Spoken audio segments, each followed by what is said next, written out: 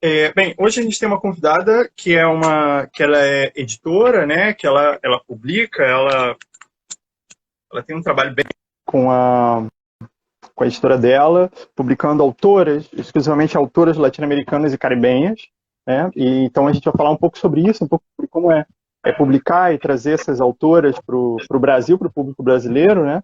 A gente tem essa barreira da língua e essa isso que acaba sendo um pouco, dificultando um pouco o acesso, a chegada, a publicação, a edição, né?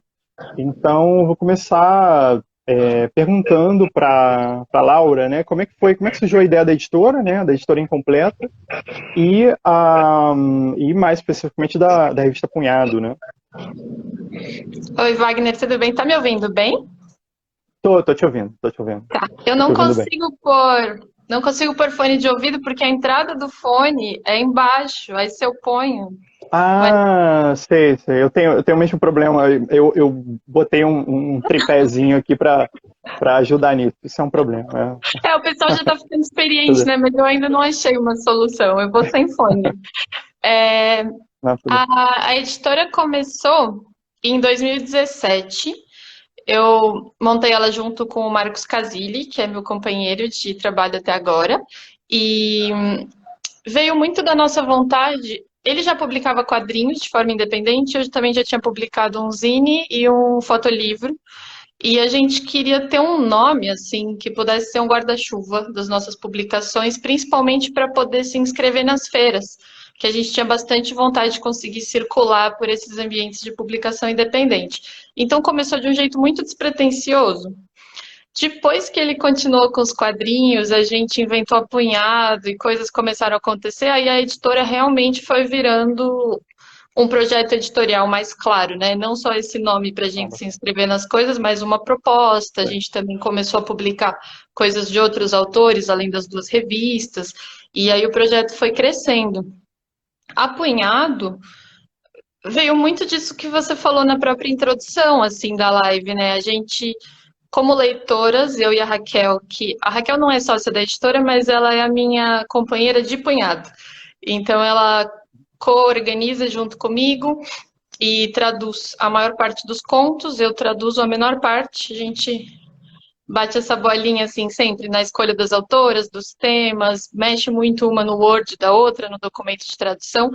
E a Raquel tá junto desde o começo.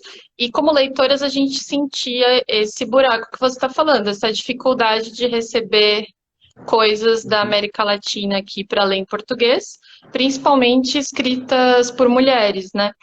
E naquela época, é engraçado, porque quando a gente começou a pensar nisso, deve fazer uns 4 anos, 3 anos e meio.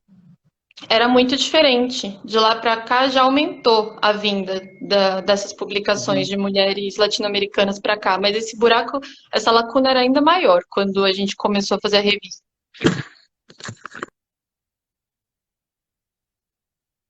Opa, tá. Caiu o celular? É, a gente sentia falta disso como leitoras. A Raquel já trabalhava como tradutora há muito tempo, e eu, para falar a verdade, tenho um caminho meio engraçado, assim. Engraçado no sentido de não ser linear, porque minha formação não é literatura. Eu me graduei em cinema e fui entrando para o mundo da literatura meio que junto com esse movimento da criação da Incompleta e da Punhado. Mas eu trabalhava bastante com o projeto gráfico. Então, a gente lia muito, eu e a Raquel, a gente sentia muita falta desses textos, ela como tradutora e eu como designer, a gente se sentiu muito com a faca e o queijo na mão para começar a fazer uma coisa e ver o que aconteceria, assim. A gente não tinha amarração com nada, com nenhuma empresa, nenhuma expectativa, nem nada por trás, era uma tentativa muito. A Aline me rindo porque eu derrubei o celular, eu acho. A gente estava muito livre para experimentar e ver o que ia dar. Então, na primeira revista, a gente fez uma tiragem super pequena, foram 150 exemplares. Era quase aquele projeto dos sonhos que você não sabe muito bem como e para onde vai caminhar. E a gente foi descobrindo isso muito em tempo real.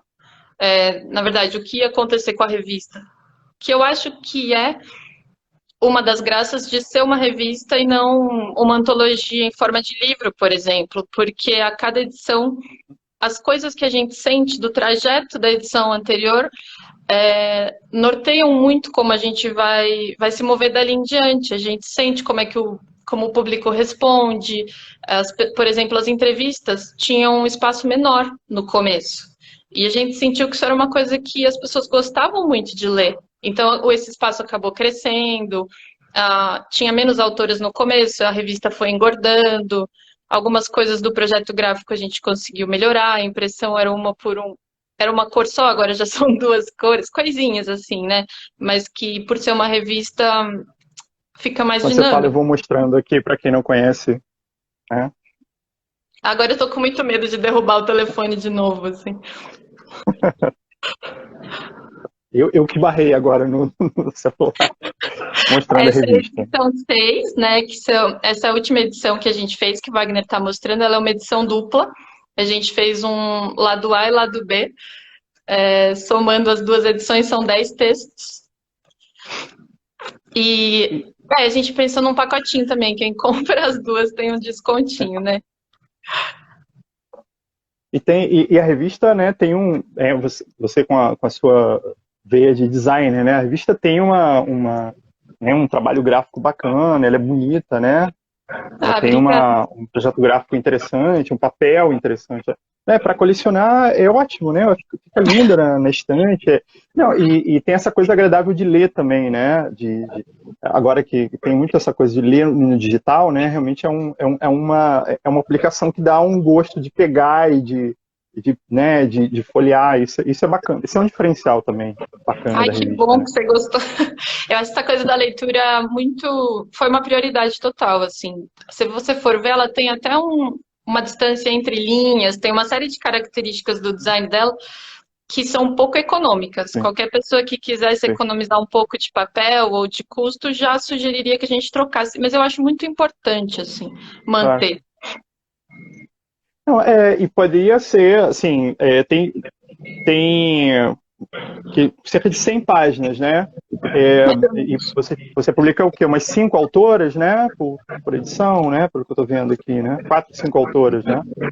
E tem entrevista, tem biografia, então ela tem algo a mais como você falou, é diferente das antologias, né? Que tacam um monte de autores, 15, 20 autores, né? Sim, E realmente eu adoro antologias, eu também sempre eu fico gosto buscando também. assim, para descobrir autores e realmente a revista tem esse perfil diferenciado em relação a essas antologias, né? Eu acho que isso é um diferencial bacana da revista. Eu gosto muito de antologia também, mas eu gosto dessa liberdade, como editora, né? Dessa liberdade que a revista te dá de evoluir em tempo real, assim.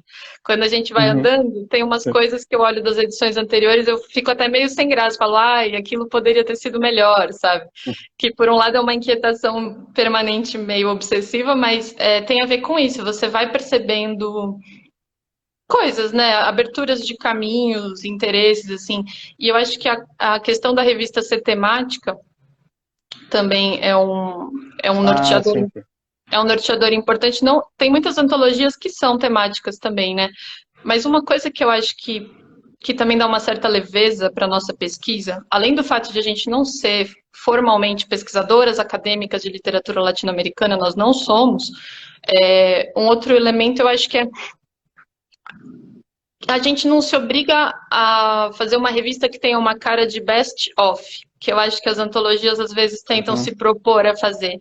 A gente tem muita vontade de fazer um panorama diversificado, um panorama que traga autoras já mais conhecidas, autoras mais desconhecidas, autoras idosas, autoras que ainda não fizeram 30 anos, perfis diferentes de literatura, que venham de países diferentes.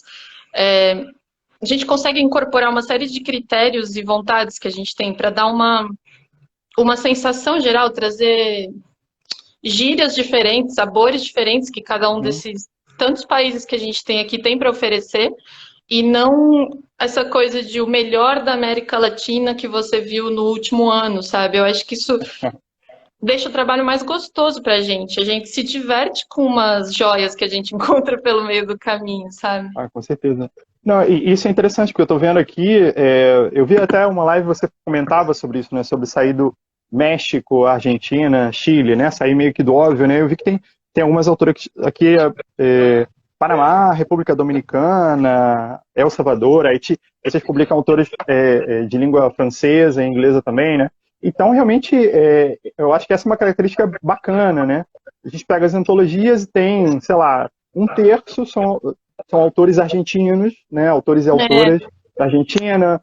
Aí, eventualmente, você encontra um boliviano, né? Um panamenho, mas é pouco comum, né? Eu acho que tem um pouco... tem talvez uma questão de mercado também, né? De conseguir Sim. produzir ou conseguir escoar essa publicação, né? Então, esse formato independente dá esse fôlego, essa coisa de respirar, que é bacana, né?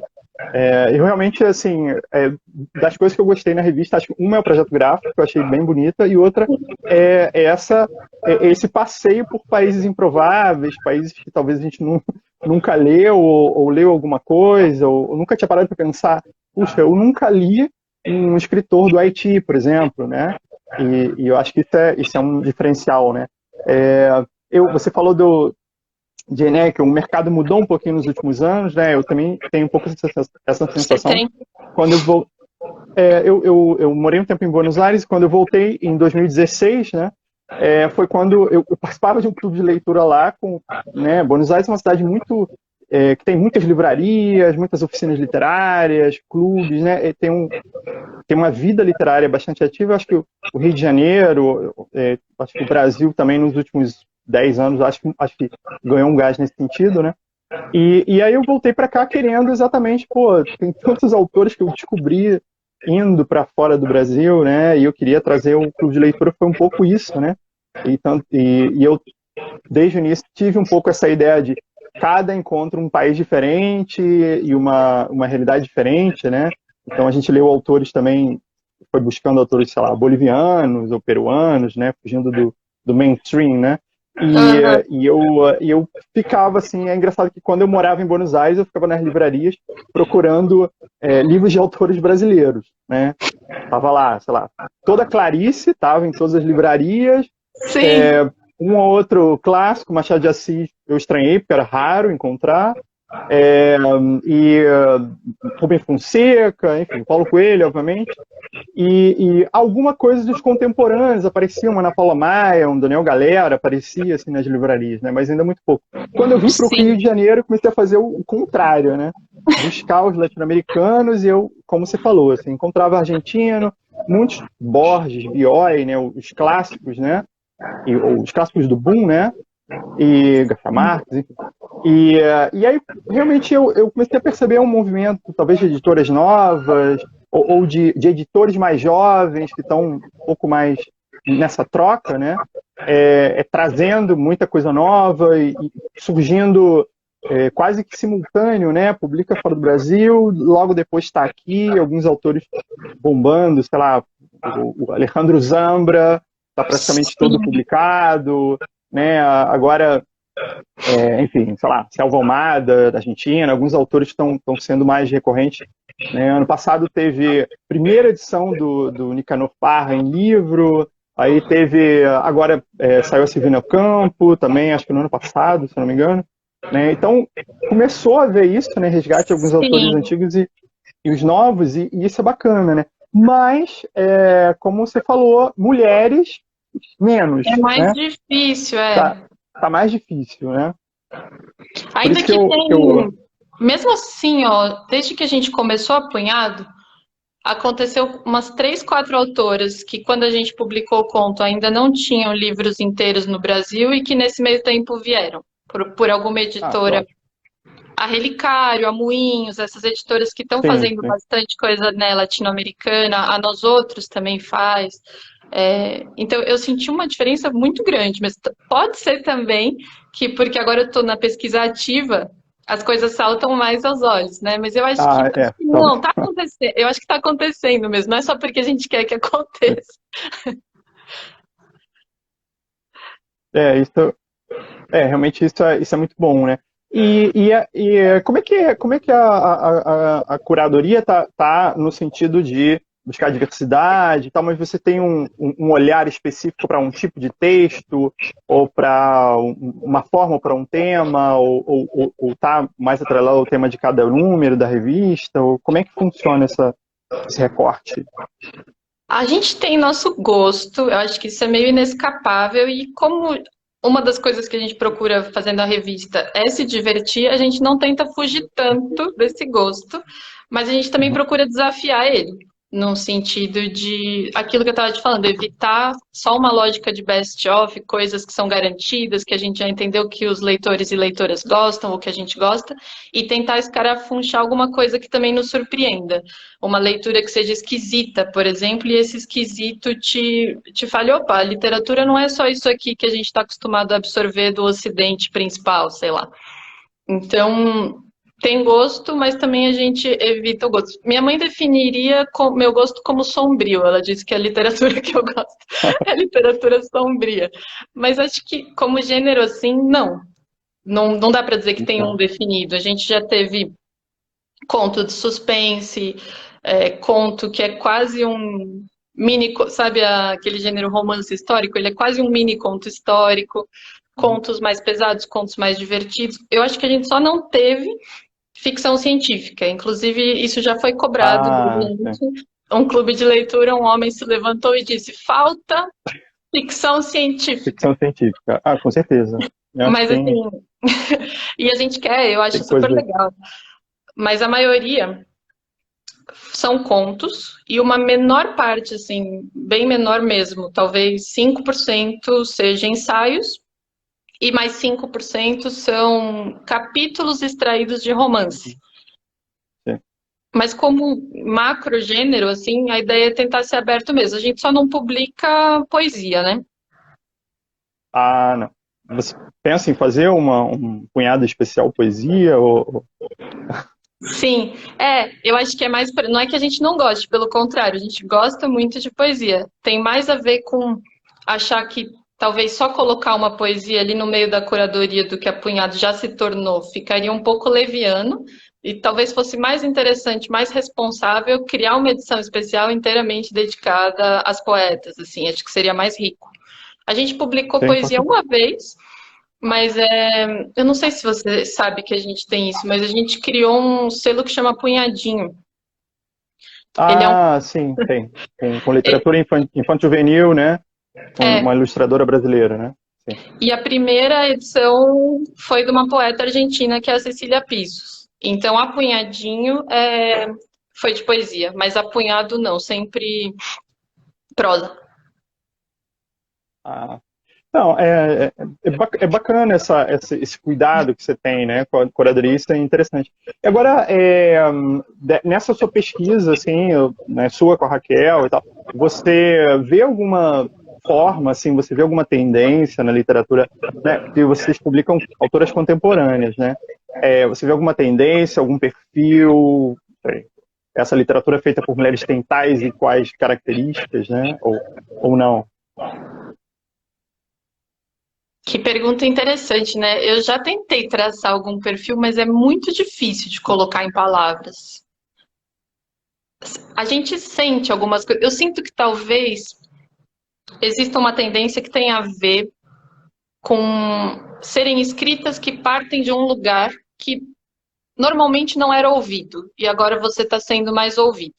Então parece que a coisa temática e a vontade da provocação, tanto temática quanto linguística, vem desse lugar de agora eu estou podendo mexer nisso daqui. E aí eu sinto que elas experimentam bastante com. Isso é uma coisa que a Mônica Orreda, do Equador, já falou pra gente numa Uhum. entrevista também, que ela sente que, principalmente nos períodos políticos mais duros, a produção fica mais provocativa em termos sexuais, em termos feministas, nesses aspectos, assim. Eu acho que é isso, dá pra sentir talvez em comum uma certa secura, uma dureza, uma vontade de escarafunchar coisas sobre as quais até então você não podia falar, ou que pareçam um pouco. Como é que é essa palavra? Incômodas mesmo. Eu acho que elas têm talvez em comum uma vontade de incomodar, é uma impressão. Ah, eu acho que realmente eu acho que é uma coisa que eu sinto também um pouco nessa literatura contemporânea. Eu tava pensando, uma autora que vocês publicaram foi a Cláudia Ulloa Donoso, né, que é peruana, né, que ela tem uns textos bastante estranhos, né, ela tem um universo, né, que tem essa coisa dos objetos ou dos animais, do cotidiano, que né, essa coisa meio de esse olhar para uma coisa que é insignificante, né, e esse estranhamento, né. Eu não sei, eu vi que vocês publicaram, não sei qual o conto dela que vocês publicaram. Foi o passarinho. Né? Ah, foi o Pajarito, né? Que é um É, conto bastante estranho, eu acho ele é incrível, né? estranho. Essa coisa estranha, né? Desse, né? Desse pássaro moribundo no bolso que ela carrega e tal. Então, ela tem um pouco essa característica, né? E eu acho que Sim, tem um pouco esse incômodo, né? Esse incômodo com alguma coisa. Né? Acho que essa inquietação acho que é uma coisa bem também, acho que desse momento, né? E a inquietação política também, eu acho. Eu vi sim, pelas entrevistas também, né? As autoras falando alguma coisa meio que unificada nesse sentido, né? De se posicionar, de estar ativamente antes. Enfim, um momento complicado que a gente vive não só no Brasil, mas na América Latina, acho que no mundo, né? Acho que isso é uma sim. característica dessas autoras, né? E outra coisa é com relação à recepção, né? Eu vi que vocês aumentaram a tiragem da revista, né? Como é que tá? Você tem feedback das pessoas, né? Você falou de gente que quer ficção científica, o que as pessoas falam da revista em relação a essas autoras? Só complementar, a palavra que tinha me escapado me veio na cabeça quando você falou do pássaro no bolso. Eu acho que elas se propõem ao indigesto. Elas não evitam as Ah, coisas. Isso é talvez o que eu sinto em comum entre muitas dessas autoras. E a Cláudia é incrível, né? A edição 2, que acho que sim. você não tem porque está esgotada, antes do conto do passarinho, a gente publicou um texto que ela colocou junto com a tradução desse conto num site, e que é muito legal. Onde ela vai falando sobre as motivações da escrita de ficção, assim. Então, o conto talvez resulte um pouco menos esquisito, porque tem essa introdução onde você sente que ganhou alguma intimidade com ela ali, sabe? Ah, entendi. Mas sobre a recepção. Olha, do lado das autoras, ainda é muito impressionante o quanto elas ficam felizes com os convites, mesmo autoras muito grandes. Elas sentem uma alegria de vir para o português do Brasil, assim. Do lado Ah, dos leitores, leitoras, eu acho que o retorno mais constante é essa satisfação de saber que está lendo uma pessoa de um país do qual ainda não tinha lido ninguém, ainda não conhecia ninguém. Um país que para você era um ponto no mapa, mas ele ainda não era um ponto literário no mapa, e agora a pessoa sente que ela comeu um coquetelzinho ali, um aperitivo e uma introdução, né, a esse universo. Eu acho que isso é que as pessoas valorizam muito. Fala, nossa, eu nunca tinha lido alguém de Antígua, nunca tinha lido uma pessoa da República Dominicana. E aí elas vão atrás. Isso eu acho interessante também, sabe? Gosta de uma autora e entende Apunhado como um aperitivo mesmo para depois entrar mais a fundo no universo que tiver cativado mais. Então, das 7 autoras da edição, tem 2 que te surpreenderam, você vai fuçar em tudo que essa mulher já fez, pede para os livros chegarem na sua casa. Eu acho que isso é o que a gente recebe mais recorrentemente como retorno. isso é bacana, né? Eu, no clube de leitura também, eu vi esse tipo de coisa, né? Tipo, eu não leria nunca um autor de determinado país se não fosse pelo clube, isso é muito gostoso, É ouvir muito isso das pessoas, legal, ver que a né? gente está mudando, né? Quantos Descobrindo, encontros aí a vocês pessoa... fizeram? Oi? Desculpa, quantos encontros vocês A conseguiram gente... fazer? Não, o clube eu comecei em 2016, né? Nossa, Eu fiz durante o ano de 2016, depois eu dei uma pausa, em 2017, depois eu retornei.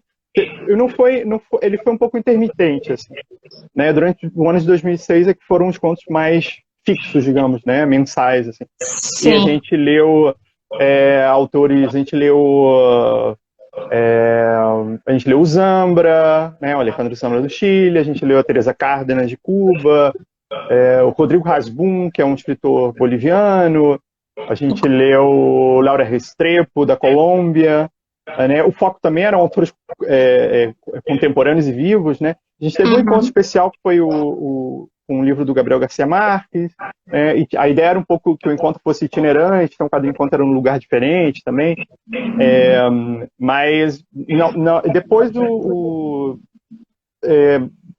eu interrompi e tal, por enfim, não dei continuidade, depois eu voltei com um outro encontro, e no ano passado eu mudei um pouco o formato, porque o que acontecia é que eu marcava um encontro com um livro, e as pessoas diziam que lindo, mas não consigo ler o livro, eu não quero ir, eu tô com vergonha porque eu não li. Então eu vi que isso acontecia, né? E eu falava para as pessoas, não tem problema não ler e tal, né? E tem também essa coisa do acesso ao livro e tal, né? Adquirir o livro, às vezes era complicado. E aí, no ano passado, eu decidi mudar um pouco. Eu falei, eu acho que o meu objetivo era divulgar a literatura latino-americana, né? Aliás, até o nome do clube é Leia Latinoamérica, mas a gente lê, na verdade, é Hispanoamérica, né? São todos autores que escrevem em espanhol traduzidos, né? Enfim, sou professor de espanhol. Uma pessoa comentou, então tá errado, tinha que ser Hispanoamérica. Eu falei, não, mas é porque a ideia é que é uma ideia de integração, né? Então, quando eu falo de América Latina, a minha ideia é integrar o Brasil, integrar a gente, né? Os textos eu sempre tive cuidado de ter autores e textos que tivessem alguma identificação com o Brasil, né? Com questões nossas e tal. Sempre teve um fundo político ali no entorno dos encontros, né? Dos temas, né? Dos livros. E aí, por isso, enfim, eu sou Latinoamérica, né? E eu me perdi, peraí. E sim. Então, aí no ano passado eu decidi mudar um pouco para que ninguém se sinta obrigado a ler o livro. Eu passei a escolher, em vez de focar num livro, focar num convidado, né? E convidar pessoas que têm alguma relação com a literatura, né? O primeiro encontro foi sobre um livro, né? Eu chamei o editor e o tradutor do livro, né? Que é o Rafael Gutierrez, da Papéis Selvagens, que estava na live com a Liliana Colange no sábado, né? E eu chamei eles para falarem do livro, né? E aí eu comecei a chamar pessoas, chamei professor universitário, chamei a contadora de histórias, que é peruana, que ela tem um acervo de histórias da América Latina, e os encontros passaram a ter esse outro formato, as pessoas apareceram. Eu estou vendo que tem gente aí que foi no encontro aqui, o Delay, enfim. Né? Deixa eu cumprimentar o pessoal aqui, tá? A Mercedes, que foi minha aluna de português em Buenos Aires, também está por aí, e a Camila, também de Buenos Aires. E aí eu mudei um pouco, porque o meu foco era divulgar, que as pessoas conhecessem a literatura latino-americana e conversassem, e principalmente entendessem essas conexões, né, entre o Brasil e o resto da América Latina, né? Eu, até na live que eu fiz no sábado com a Liliana e com o Rafael, né, eu perguntei com o Rafael sobre a questão do narcotráfico, né, a narcoliteratura na Colômbia, essa moda, né, sobre literatura sobre o tráfico de drogas, né, que mais recentemente isso virou uma moda em séries e filmes e tal. Né? Então, isso gera muitas vezes um estereótipo, um preconceito, né, em relação à cultura, ou enfim, o que se sabe sobre um país, né? E então a minha ideia era exatamente desfocar, tirar disso aí, né? Aí eu trago um livro que é de uma autora colombiana que vai falar sobre sobre ancestralidade negra na Colômbia, né? Retomando uma personagem que era de um livro que é canônico na América Latina, né? Em países de língua hispânica, ela pega uma personagem negra e faz isso. Então, a gente pode falar, falando sobre esse livro, a gente pode falar sobre o Brasil de 2020, né? Sim. Então, era um pouco isso, né? Que eu acho que também é um pouco o que eu vejo na Punhado, né? Essa iniciativa de uma maneira, nos conectar com os nossos vizinhos, né? Que são tão parecidos. Nossa, sabe que você falou isso, agora eu lembrei de uma experiência recente, assim, faz uns 3, 4 meses, mas no começo da pandemia, o pessoal lá de um dos clubes de leitura que a Banca Tatuí organiza, com a mediação da Maria Paula, sim. ela escolheu um conto da Punhado 5, da Eveline Troyot, que é uma haitiana, uma escritora haitiana Ah, negra, que fala muito, né, dessa cultura de matiz africana, e ela conta a história de uma menina que morava em condição de rua, assim, é um conto muito curto, mas ele é muito emocionante, ele é muito bonito na linguagem, assim, ele é muito poético. E eu fui lá assistir, mas como pessoa para ficar quietinha, assim, né? Ver o que o pessoal ia falar. E tinha uma quantidade de pessoas que primeiro me surpreendeu, assim, eram mais de 20 pessoas que tinham lido o conto, estavam participando.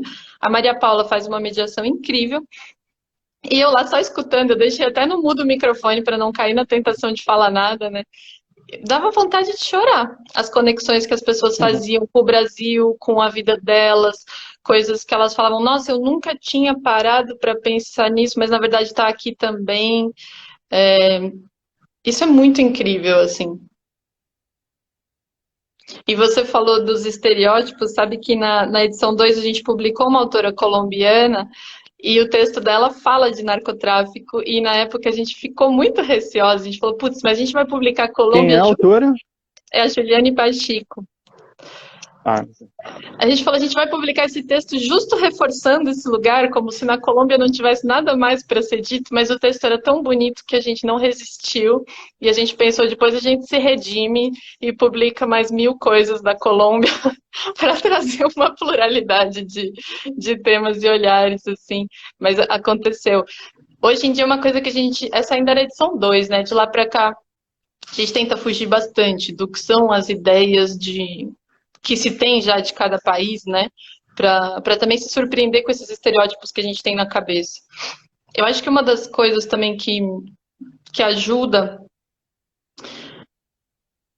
é o fato de que a Raquel também consegue traduzir do inglês e do francês, então a gente consegue chegar em alguns outros países também, principalmente ali do Caribe, né? Isso claro, isso é um diferencial, né? O Caribe, é, literatura caribenha, né? Tipo, não se fala, não se pensa, né? Ler um escritor ou uma escritora do Caribe. sim. Isso me fez lembrar também, você falou que qual que é a reação das pessoas? As pessoas têm uma piada que a cunhado tem algum problema com o Paraguai, porque tem um mapinha do que a gente, países que já foram publicados. E aí o Caribe, que é super inusitado, tá todo pintado, e aqui no meio da América mais do Sul, assim, né, tá aquele vazio. As pessoas, qual é o problema de vocês com o É? Paraguai? Mas foi só uma Não publicaram coincidência, para. ainda não. Não, eu imaginei agora o tabuleiro do War, assim, vocês procurando qual território falta É um conquistar. pouco isso. Que território ainda temos? Exato. Mas Ainda eu tem, acho que é um ainda tem. projeto bacana, assim, pra realmente completar o mapa, né? Para a gente tirar né? Tem tanta coisa para descobrir, né? Eu fico vendo, assim, nessas. Acho que até mesmo questões de literatura de autoria negra, enfim, como no Brasil, né, se lê autores e autoras negros e negras brasileiros e, de repente, africanos de países de língua inglesa, né, sei lá, e Chimamanda, por exemplo, ou autores dos Estados Unidos, enfim. Mas a gente não está lendo autores negros caribenhos ou autores Exatamente. negros, né, de outros países, de outras realidades, né, um autor negro colombiano, né, ou cubano, né, que são nossos vizinhos aqui de continente, né. Eu acho que eu acho que principalmente tem a questão do idioma. Eu acho que tem um predomínio de uma literatura de língua inglesa, né. Eu não sei se eu estou mexendo num território que não é o meu, mas eu acho que alguns pensadores até para pensar essas questões, né, essa questão da teoria, do pensamento, enfim, não só em relação ao movimento negro, mas eu acho que também as questões de gênero, né, o pensamento feminista, né, parece que está muito colonizado, né, então tem algumas iniciativas agora, se fala bastante de decolonialidade, né, eu acho que é uma questão fundamental, né, tentar entender o nosso país com autores, com pessoas que pensam, que são do nosso país ou que são de países que vivem realidades semelhantes, né? Sim. Eu acho que assim, a Angela Davis é maravilhosa, mas ler um livro que foi escrito há 40 anos, numa outra realidade, radicalmente diferente, né? Econômica, social, enfim. Até o racismo é diferente, né? Nos Estados Unidos, né? A sociedade brasileira é muitíssimo mais violenta com os negros do que a sociedade dos Estados Unidos, né? Só a gente ligar o Bom Dia Rio aqui, enfim, só ligar a televisão que a gente vai ver isso, né? Então, eu acho que a gente precisa de soluções um pouco nossas, né, para essas questões, né? Não sei se eu estou falando bobagem aqui, estou invadindo outros lugares, mas eu acho que no clube eu também trouxe assim bastante essas pensamentos, essas questões, né? Eu tive um privilégio assim no clube de leitura no final do ano passado, no encontro de novembro, que eu queria fazer um encontro sobre um livro da Teresa Cárdenas, né, que é uma escritora cubana que faz uma literatura jovem, ali, infanto-juvenil, mas que é de bastante conteúdo, bastante interessante, escreve muito bem, lindamente. E aí eu entrei em contato com a editora que publica aqui no Brasil, né, a Palas, e pedi para eles indicarem alguém, se tivesse alguém interessante para convidar para conversar sobre o livro dela, né? E aí, porque eu sempre convidava alguém, né? Sempre convido alguém. E aí me disseram, por que não ela mesma? Porque ela estaria, coincidentemente, naquele mês, né, entre outubro e novembro, ela estaria aqui no Rio, né? Aí eu, maravilha, então eu entrei em contato com ela e chamei ela, né? Ela própria esteve no encontro de Que novembro, né? legal! E foi assim, foi ótimo. Ela é pouca, ela é pouco conhecida ainda no Brasil, né? Mas foi interessante porque ela foi apresentando os livros dela e falando da experiência dela como escritora. E as pessoas compraram livros, se interessaram e descobriram, né? Que para mim é um prazer, assim, ver que pessoas descobrindo uma autora, descobrindo uma nova literatura, né? E ela é uma autora que, sendo cubana e morando em Cuba, né? Tem uma limitação de distribuição até entre os países hispânicos, né? Até entre os países que falam espanhol, né? E né, eu até tem algumas edições de alguns livros que ela publicou em Cuba e tal, que não tem mais e tal. E o que é uma limitação e é uma pena, né? Mas ela tem tido uma distribuição pela Palas aqui no Brasil, né? E eu acho que esses lugares, né, esses espaços, né, que a gente pode trazer esses diálogos, eu acho que enriquecem muito a nossa reflexão, o nosso pensamento, né? Muito, e é Sobre uma temas coisa que variados, né? tem que passar por tudo, assim, né? Tem a ver com uma dificuldade de mercado mesmo, eu acho que tem a ver com um jeito de pensar do leitor médio que vai um pouco mais na segurança do que já foi recomendado, do que na aventura das descobertas. E a gente é muito mesmo. Isso é uma coisa que antes de fazer Apunhado, assim, como pessoa que gostava de viajar para países da América Latina, eu sentia muito. Você vai, não sei, você vai na Bolívia, na Venezuela, você pensa, nossa, a gente é muito mais filhote dos Estados Unidos e de alguns países da Europa do que a gente é irmão entre a gente mesmo. Assim, teria tanta coisa aqui do lado para usufruir, para aproveitar, para dialogar, e a gente fica com uma distância esquisita que não é justificada pelo idioma, porque a gente está lendo o pessoal em inglês o tempo inteiro, sabe? Tentando trazer para cá e Exatamente. traduzir. Eu percebi, e isso não é uma coisa que acontece só no Brasil também. Outro dia eu conversei com uma moça que ela é de Guadalupe. Ela tem uma pequena livraria, que agora ela está gerenciando, que é uma livraria que nasceu lá na capital, assim, há uns 30 anos, e que tem muita relevância na comunidade negra lá de Guadalupe. Então, o pessoal tem muito carinho, tem um carinho histórico por essa livraria que ela está administrando. E ela falou, Laura, mesmo aqui, a gente está perto do Haiti, não é como se a gente soubesse quem são todas as autoras haitianas importantes. A gente conhece umas cinco, e poderia ler com mais facilidade. Claro, lá eles falam crioulo, mas muita gente, acho que quase todos, acho que todos, se eu não me engano, falam também francês, né? E então também não teria nem a grande questão do idioma e não se leem. Eu acho que a gente é meio oprimido mesmo pela forma, pela lógica como as coisas funcionam, como você descobre coisas novas, como alguma coisa valida que a leitura que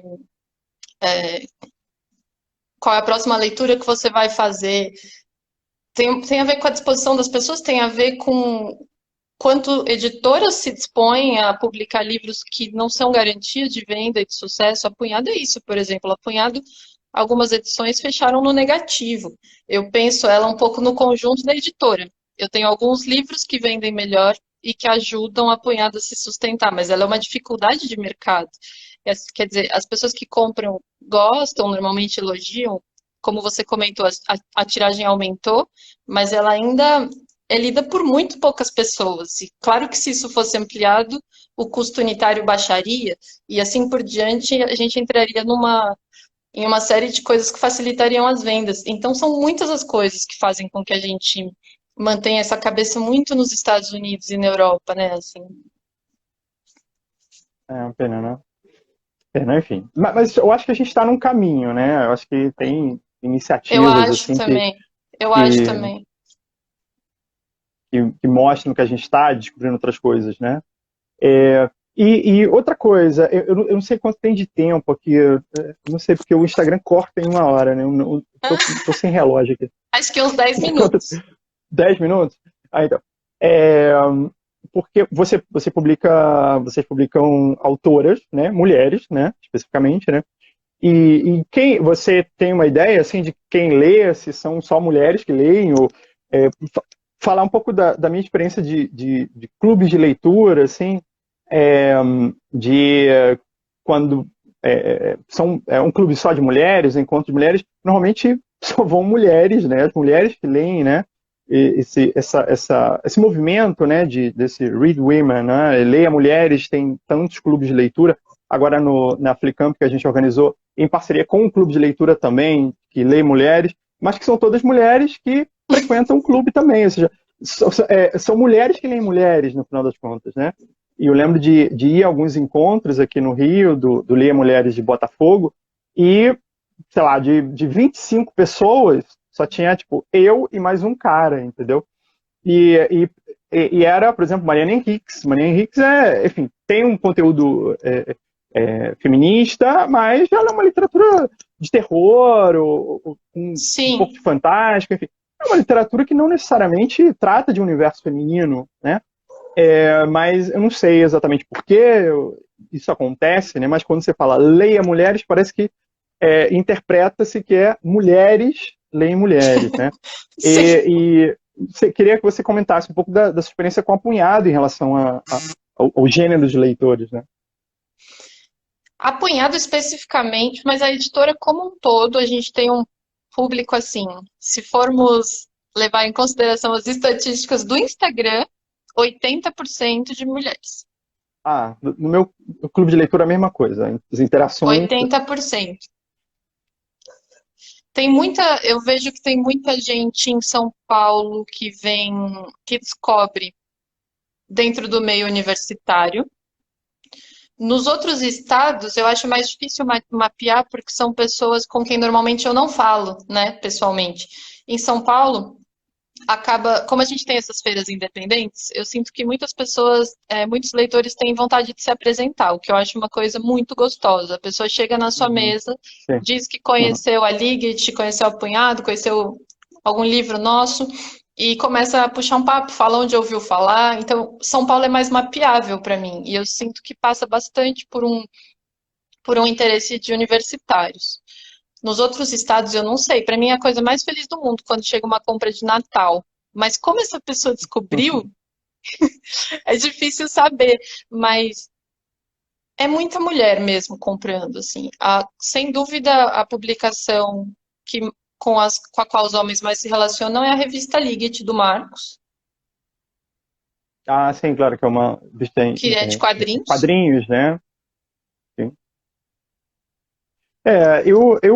Eu acho que assim, os homens que não leem essas autores estão perdendo, enfim, muita literatura e boa literatura e não necessariamente uma literatura que trata de um universo feminino, né?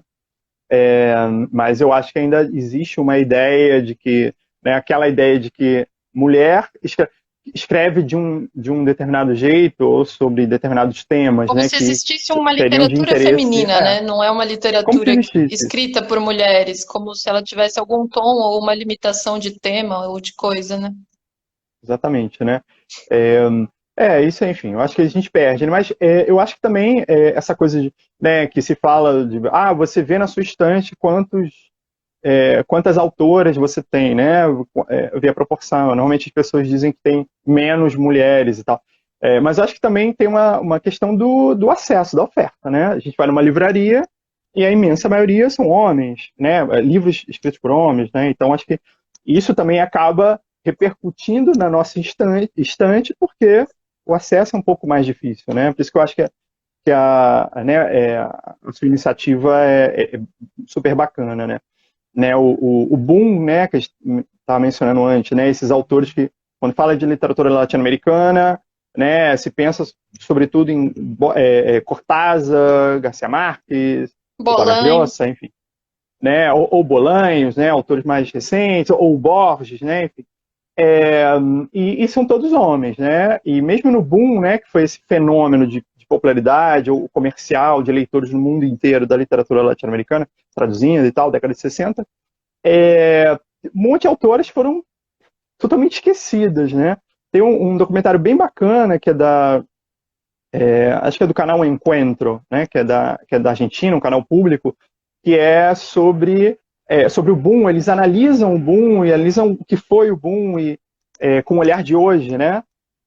E mostram bastante isso, né? Como teve uma escolha de mercado e tal, e de como as mulheres foram apagadas. Um dos capítulos é exatamente sobre as mulheres, né? E fala de escritoras como Helena Garro, né? Que é uma mexicana.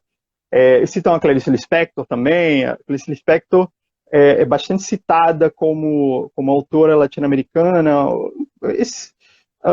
Acho que no ano passado saiu uma lista assim, de autores do boom, uma lista de obras obrigatórias e tal, e estava lá a Clarice, né,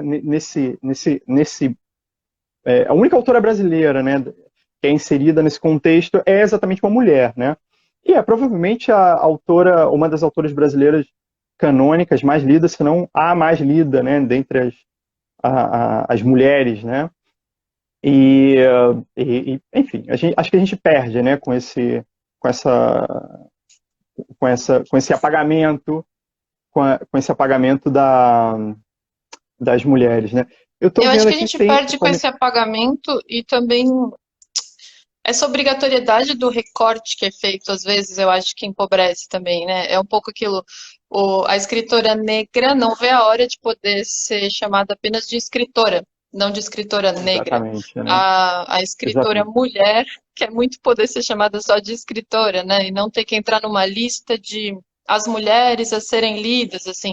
Esse recorte, ele é um movimento necessário, como várias rupturas são necessárias, assim, né? O início delas precisam de alguma contundência, de uma clareza e tal, mas na Sim. verdade é uma tristeza, porque claro que empobrece muito as possibilidades, né? Você vê que a Apanhado é uma revista que só publica mulheres, mas eu não ponho na capa que é uma literatura feminina, porque eu não acho que é uma revista com boa literatura. Estou colocando mulheres porque eu acho que esse espaço é necessário, mas elas são todas ótimas escritoras, no fim das contas é isso, assim.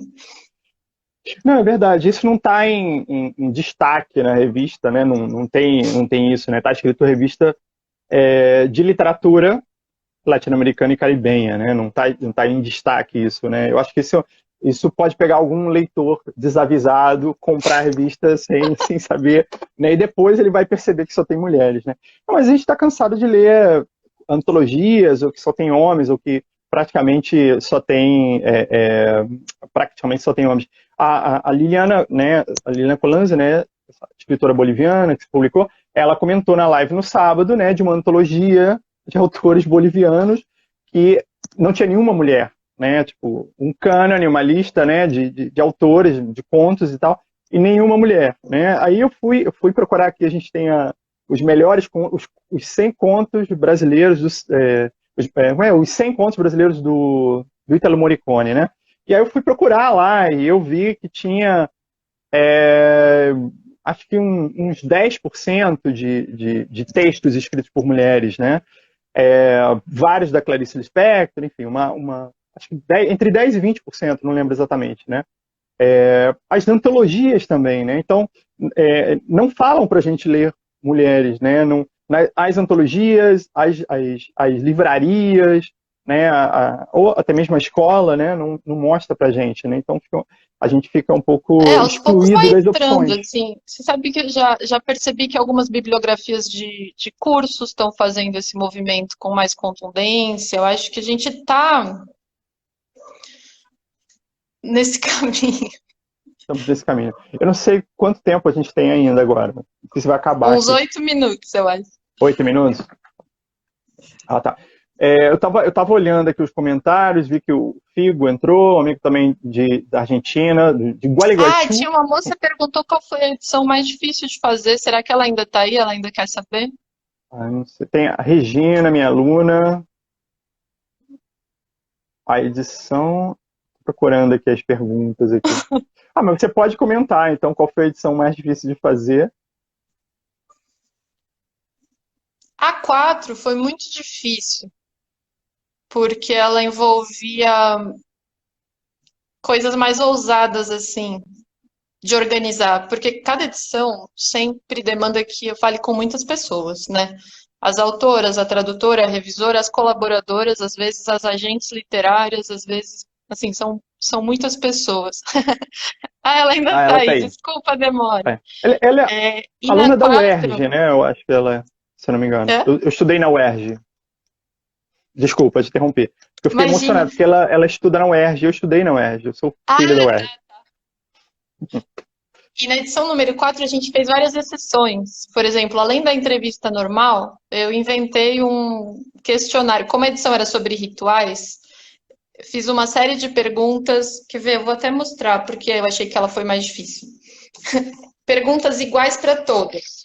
Então, aqui tinha as perguntas, e quando você abria, como se fosse uma tabela de resposta de todas. E, além disso, as Ah, sim. perguntas de sempre. Foi a primeira edição que a gente publicou alguma coisa mais visual. Então, o primeiro conto, que é da Verônica Herber Bichetti, Ah, do México, ele é um trabalho que ela, na verdade, fez como exposição. Ela montou como uma exposição num museu e a gente conversou e combinou essa forma de adaptar para o livro. Então também foi um desafio a mais. Embora ele tivesse menos texto para traduzir, ele deu um trabalho assim de diagramação, de idas e vindas. Ela teve que mudar a caligrafia para o português porque era escrito à mão. E ah, também no final a gente fez um convite para Diamela e para Paz, chilenas, sim, sim. de publicar um início de um livro delas, um livro que elas publicaram há muitos anos e que chegou a esgotar, Fotografia, né? Com as fotos da Paz, né? que tem fotografias da Paz e texto da Diamélia. Então a gente teve que falar Uhum. com as duas, a gente nem sabia se elas ainda se davam bem, se elas eram amigas, se pelo fato do livro estar esgotado isso era um problema. A gente sugeriu que fotografias a gente gostaria que entrasse na revista, tinha que ver se elas iam concordar, receber a foto em alta, editar. E também tinha uma fotografia que eu não queria cortar de jeito nenhum, e aí também fiz essa página aberta para respeitar ela Ah, horizontal, num tamanho grande, assim. Então acabou sendo uma edição com desafios de ordens diversas, assim. A Jarid Arraes também está nessa edição e o texto era claro. inédito, porque quando a É gente a convida Verônica Stiger, brasileiras, a né? gente pede para os textos serem inéditos. Essa é a lógica que a gente pensa, né? Quando vem de fora, tudo bem, é uma tradução, é inédito no Brasil, mas se uma brasileira vai escrever, tem que ser uma novidade. Então a Jarid também chegou a escrever um, aí não gostou, aí mandou um outro. Então, tudo que aconteceu na 4, ela acabou sendo uma edição mais difícil. E depois a sexta, porque a gente, como ela é uma edição dupla, foram 10, né? 10 autoras, 10 entrevistas, 10 biografias, tipo, 10 contratos. Não, ficaram todos bonitos. Não, realmente eu acho que essa parte sua né, sua formação em cinema, né, sua experiência como designer, né, eu acho que isso dá um diferencial realmente para a revista que tá linda, gente, acho que dá gosto realmente. E essa iniciativa das fotos, né, das fotos desse texto da Jamela, né, com as fotos da Paz, eu acho que dá um diferencial bacana para a revista, né? Dolly, minha amiga também de Buenos Aires, está aí. Tá. Estamos com uma audiência internacional. A É, principal ideia do design é que eu queria que as lombadas ficassem atraentes para a pessoa querer colecionar. Ah, sim, sim. Não, isso, com certeza, assim, as lombadas, né, né, a revista dá um efeito, fica bonito na estante, né, fica bonito na estante. Tá, então a gente está Obrigada. caminhando para o final. É, Então, você quer dar um recado final, comentar, divulgar, falar sobre a próxima punhado, não sei, o que você quiser, fica à vontade. queria te agradecer por essa conversa muito gostosa de sexta-feira à noite. Não vejo a hora da pandemia acabar, do clube voltar. Quero ir para o Rio para a gente tomar uma cerveja, um café, Ah, com se certeza, conhecer pessoalmente. A quantidade de com pessoas que eu certeza. estou combinando de conhecer pessoalmente quando acabar isso tudo é grande. Apunhado 7 ainda vai demorar um pouco, então, em relação ao apunhado, meu convite fica para o pessoal procurar as anteriores, ver se interessa, se anima, descobrir um pouco mais da Tá no revista, Rio, tem no até Rio, porque vender as apunhado? anteriores ajuda a gente a fazer a próxima. E sobre a editora, a gente vai lançar na semana que vem a Liga de Quatro, que é o quadrinho do Marcos, edição nova, fresquinha, pãozinho fresco, saindo. Ah, legal. E, puxa, eu acho que é isso. E aí eu fico à disposição, se alguém se interessou por alguma coisa, quer fazer uma pergunta mais detalhada, quer falar comigo, é só escrever para contato@incompleta.com.br. E obrigada a todo Ah, mundo que assistiu também numa sexta-feira à noite. Tem tanta opção de live, né? Quando a gente foi entrar aqui, tipo, eu vi tanta nossa, tem live que eu falei, meu muitas a Deus do ver. céu, isso virou o novo happy hour do mundo, são as É, lives. de literatura, várias aqui. Mas no Rio, onde é que a gente encontra apunhado? Em que lugares? Principalmente na Blux, que tem todas. Ah, na Quer Brooks de dizer, todas que Botafogo, não né? estão esgotadas. Mas a verdade é que a Blux ainda tem a número 2, gente. E tem na. Gente, que branco que me deu aquela livraria enorme de Botafogo Travessa. Só que Ah, na Travessa. a Travessa eu acho que só tem até a número 4, se eu não me engano. Na Ah, certo. Blux é mais garantido, assim. E também podem comprar pela internet, pelo site, né? Pode comprar pela internet no nosso Ah, site, ótimo. em várias lojas do Brasil também, que agora, principalmente agora, estão com envios baratos, E vai gratuitos, acabar tá? aqui. Vai acabar. Beijo. Muito obrigado, Laura. Beijo grande, Obrigada a beijo grande. Obrigado por você. esse papo. E obrigado a todo mundo que viu a gente aqui. Um abraço grande, gente. Tchau, tchau. Tchau.